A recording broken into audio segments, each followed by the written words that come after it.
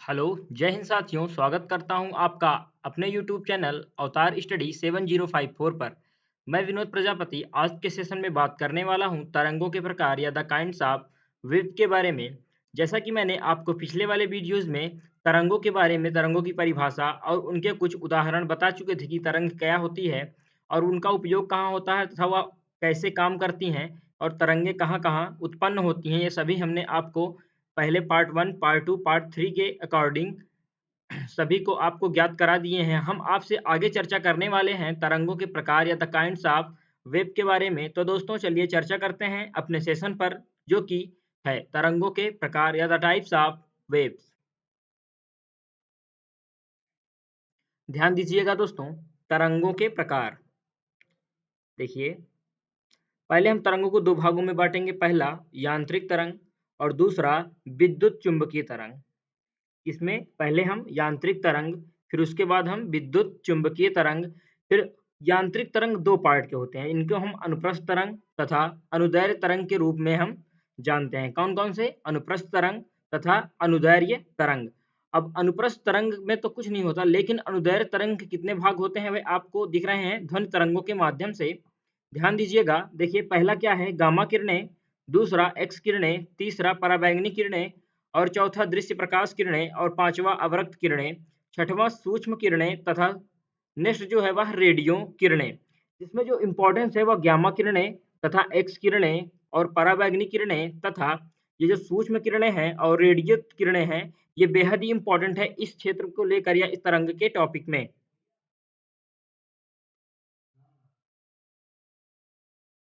आपको ध्यान देना है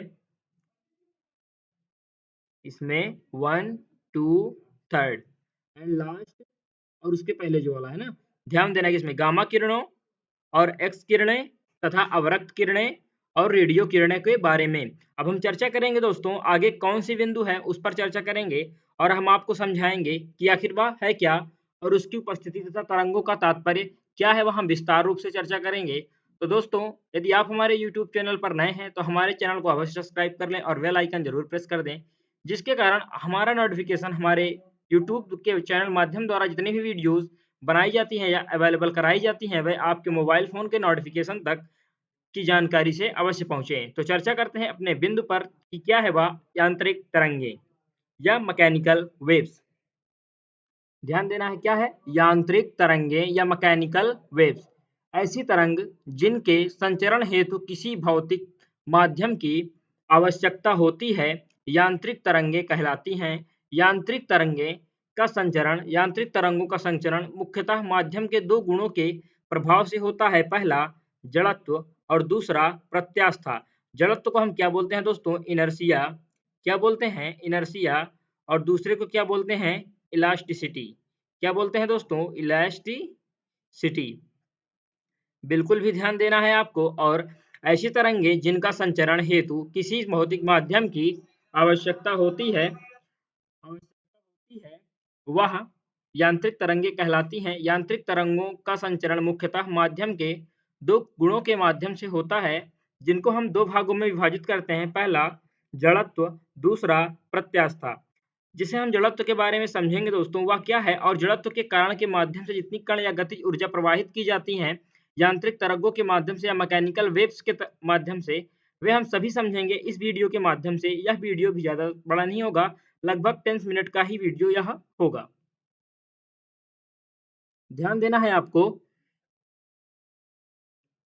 देखिए क्या कह रहा है? जड़त्व के कारण माध्यम के कण गतिज ऊर्जा या काइनेटिक एनर्जी से संचित करते हैं, जबकि प्रत्यास्थता के कारण वे निकटवर्ती कणों को विक्षोभ प्रदान करके अपनी स्थिति में लौट सकते हैं।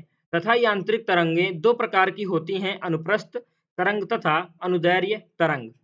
अनुप्रस्थ तरंग अनुप्रस्थ तरंग तथा अनुदैर्ध्य तरंग, इनको हम विस्तार रूप से चर्चा करेंगे कि अनुप्रस्थ तरंगें क्या होती हैं और अनुदैर्ध्य तरंगें क्या होती हैं। पहले हम थोड़ा आपको समझाएंगे, ध्यान देना है आपको। देखिए यांत्रिक तरंगें क्या क्या हैं?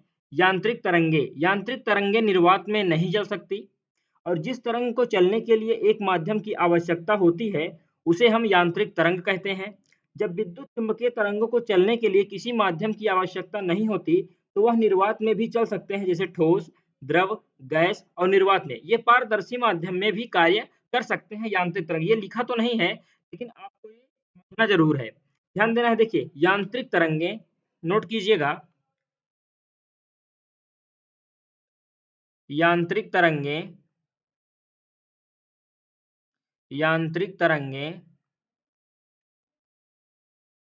निर्वात में नहीं चल सकती। 1 मिनट। यांत्रिक तरंगे निर्वात में नहीं चल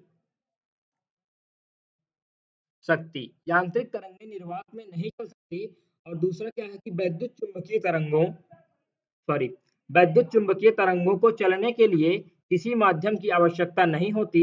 यह निर्वात में भी चल सकती है, जैसे ठोस, द्रव, गैस या निर्वात माध्यम में। देखिए अयांत्रिक तरंग में स्थिति की प्रकृति होती है जो अनुप्रस्थ तरंग में भी होती है। यांत्रिक तरंगों को दो भागों में बांटा जाता है, पहला अनुप्रस्थ तरंग तथा दूसरा अनुदैर्ध्य तरंग। लेकिन हम समझेंगे यांत्रिक तरंग के बारे में, यांत्रिक तरंग का उदाहरण क्या होता है वह हम अभी आपको समझाएंगे इस वीडियो के माध्यम से। ध्यान देना है आपको। यांत्रिक तरंग एक बार फिर से समझेंगे कि ऐसी तरंगें जिनका संचरण हेतु किसी भौतिक माध्यम की आवश्यकता होती है यांत्रिक तरंगें कहलाती हैं। यांत्रिक तरंगों का संचरण मुख्यतः माध्यम के दो गुणों के प्रभाव से होता है और जिनको हम जड़त्व तथा प्रत्यास्था से प्रदर्शित करते हैं। अब आप समझ रहे होंगे जड़त्व क्या है?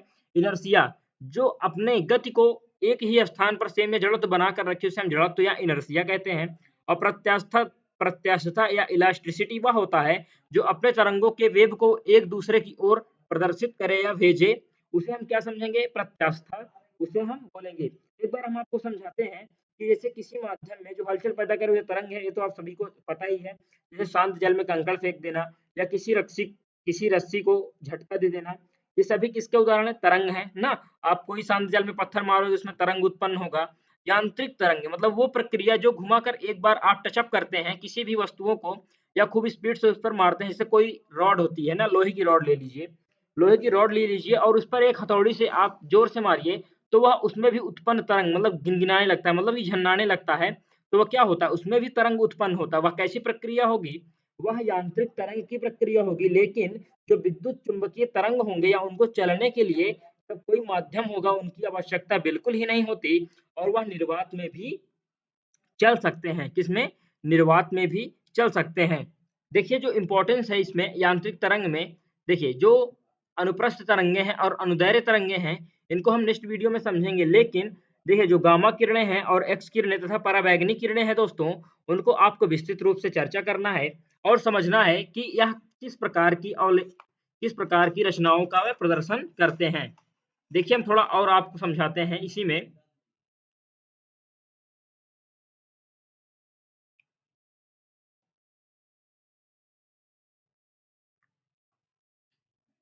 One minute. देखिए जैसे आप एक बार समझिए, थोड़ा दाब के माध्यम से आपको तरंग समझाते हैं। किसके माध्यम से? दाब के माध्यम से। 1 मिनट।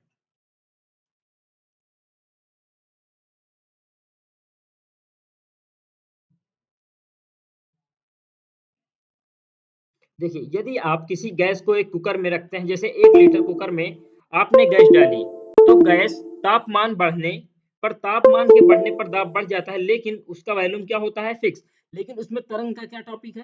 तरंग का कोई टॉपिक नहीं है, ध्यान देना।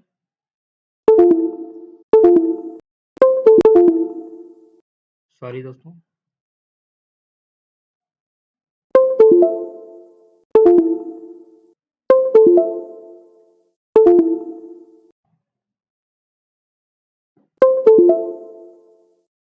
देखिए ये तरंग है, मान लीजिए एक रॉड है, यहाँ पे एक रॉड है और आपने एक हथौड़ी ली। एक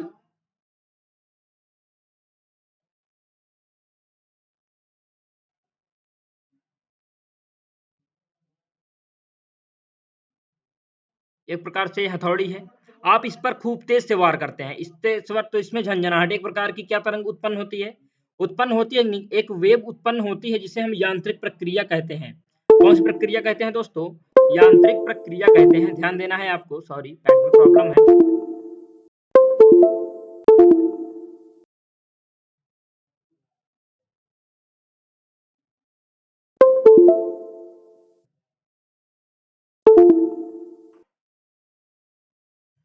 सॉरी दोस्तों, क्षमा चाहते हैं। देखिए हम आपको एक बार समझाते हैं ऐसे ही।